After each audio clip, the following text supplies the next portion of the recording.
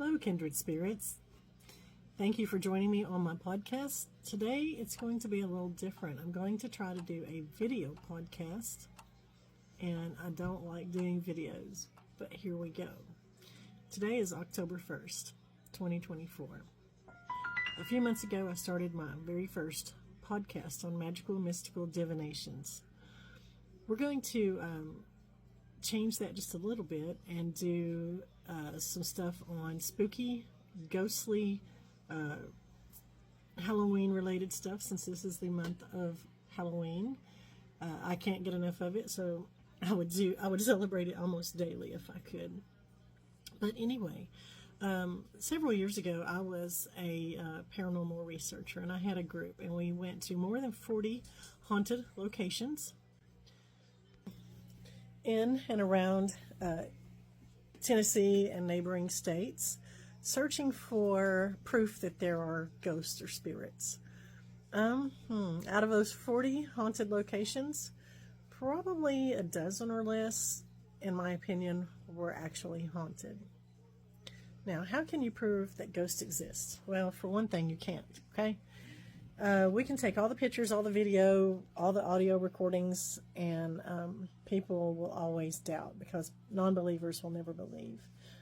So I don't want to even get into whether ghosts do or don't exist. Today we're going to act as if they do, because in my opinion there are spirits, and I have seen and heard things and captured evidence that proves to me that there's something definitely out there. There's a different plane, a different existence, a different dimension. I really believe that. Lately, my studies have been geared towards spiritual growth, and that has more to do with my faith system and what gets me through each day.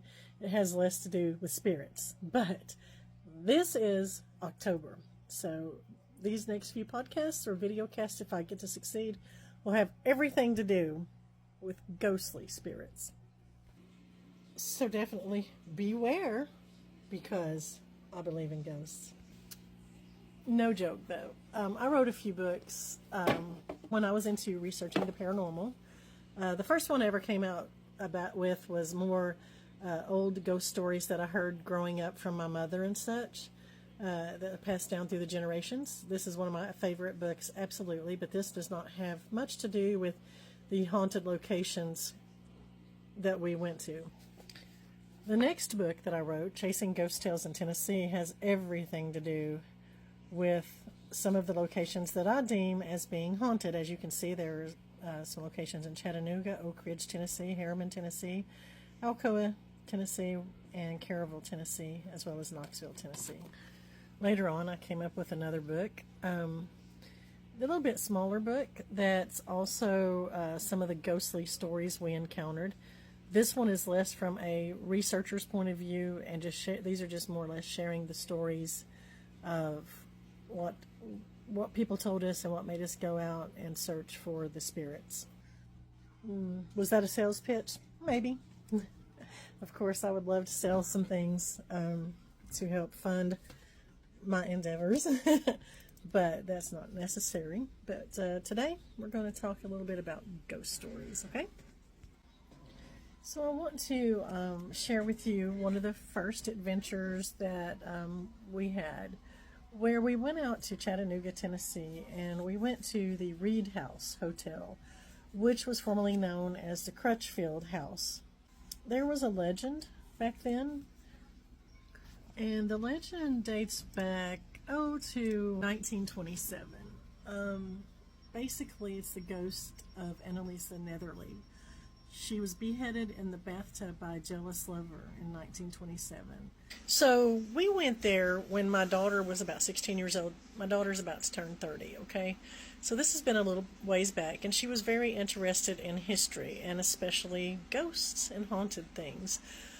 So we booked a night or two at the Reed House Hotel. We booked it for room 311, which, by the way, the actual room 311 is sealed, and when they did their remodeling, part of room 311 is intact with the new room number, but the actual bathroom where the beheading occurred is not accessible. It's behind the wall of room 311. We were very fortunate in that one of the people who worked there took us on a tour. Maybe he wasn't supposed to, because he took us to some of the hidden corridors, and he really showed us a lot of the hotel that you don't get to see as a general guest. He was a very cool individual. But he shared with us the story, and over the years, people have reported unexplained noises, which we heard, flickering lights, running water, shadowy figures. We were taking pictures, as most paranormal investigators do. And one of the pictures that we got in the silver ballroom, that we had no idea that we had actually caught something unexplained in our pictures when we were taking them. We were just taking pictures of the hotel.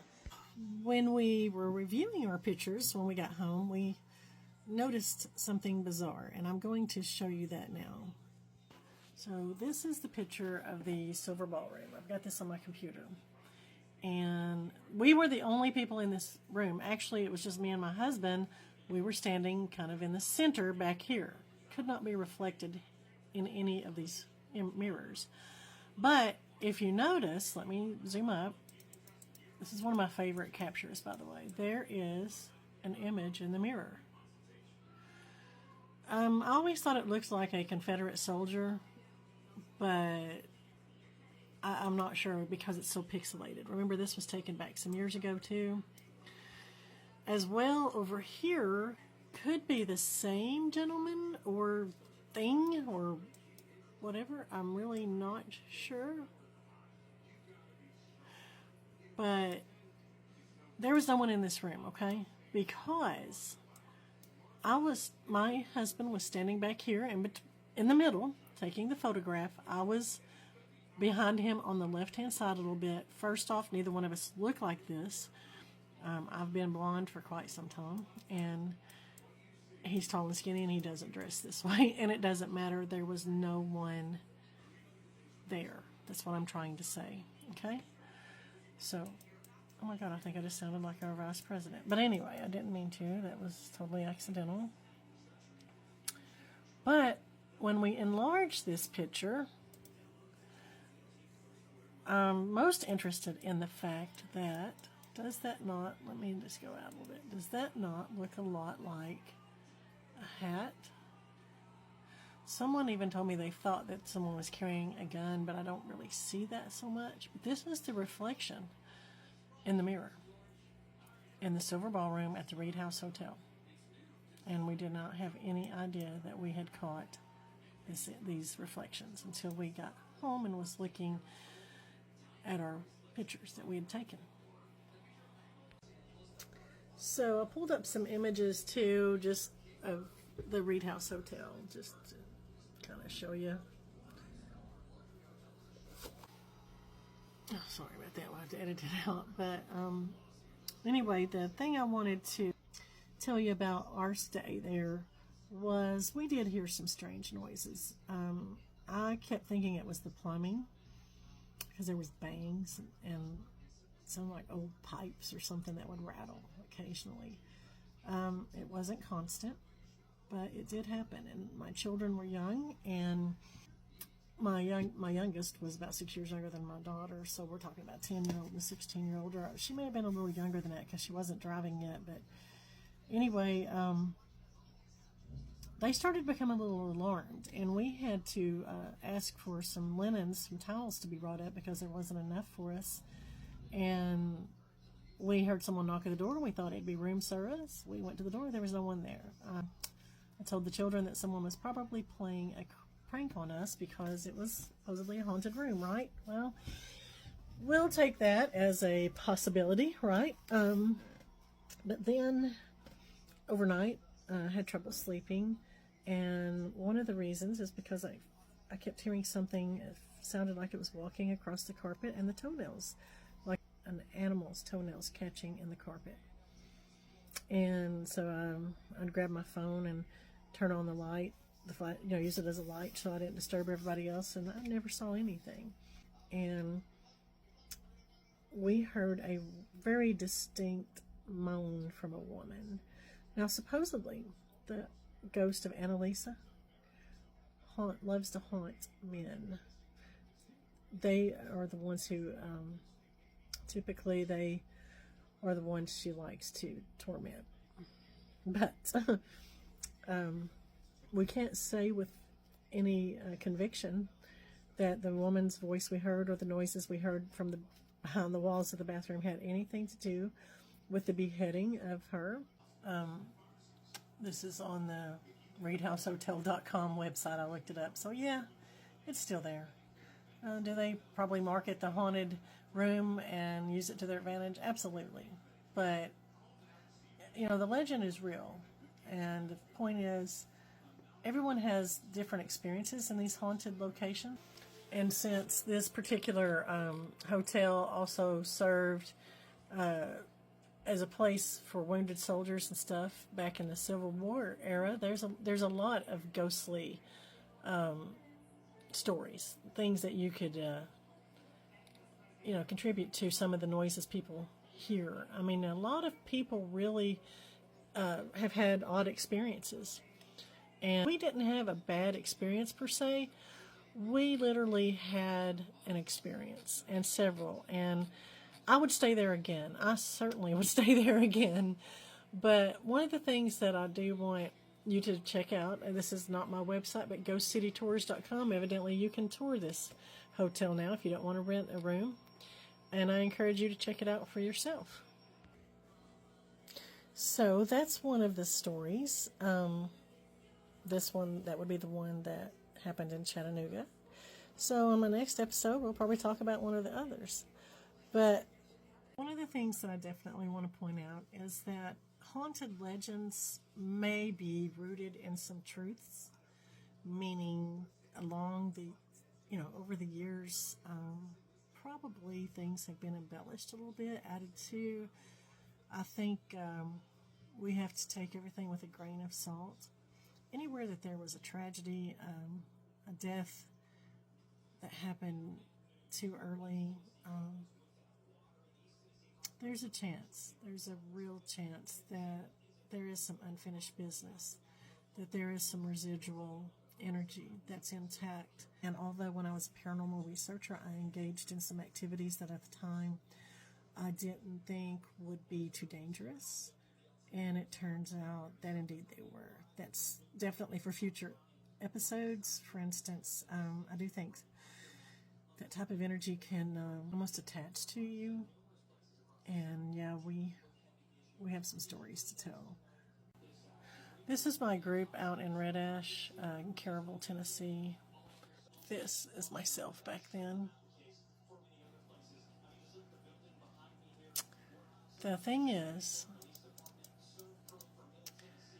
no one in this group has remained the same. Things have happened to each one of us. There's a few people not pictured here that are no longer with us, unless they are in the spiritual realm.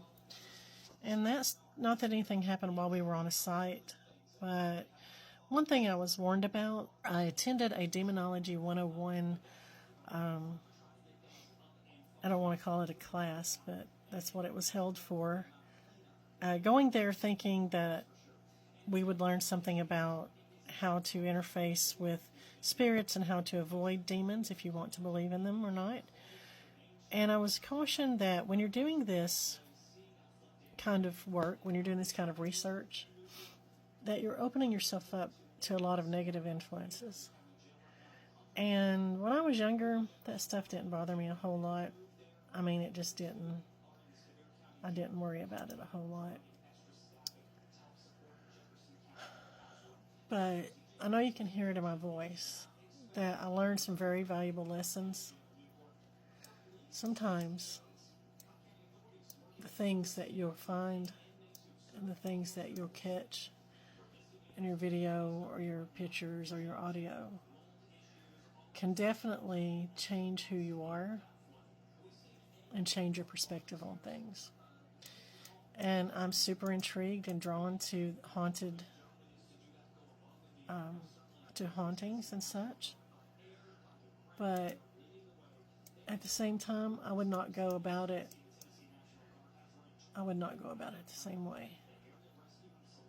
And you have to be very careful what you open yourself up for, because sometimes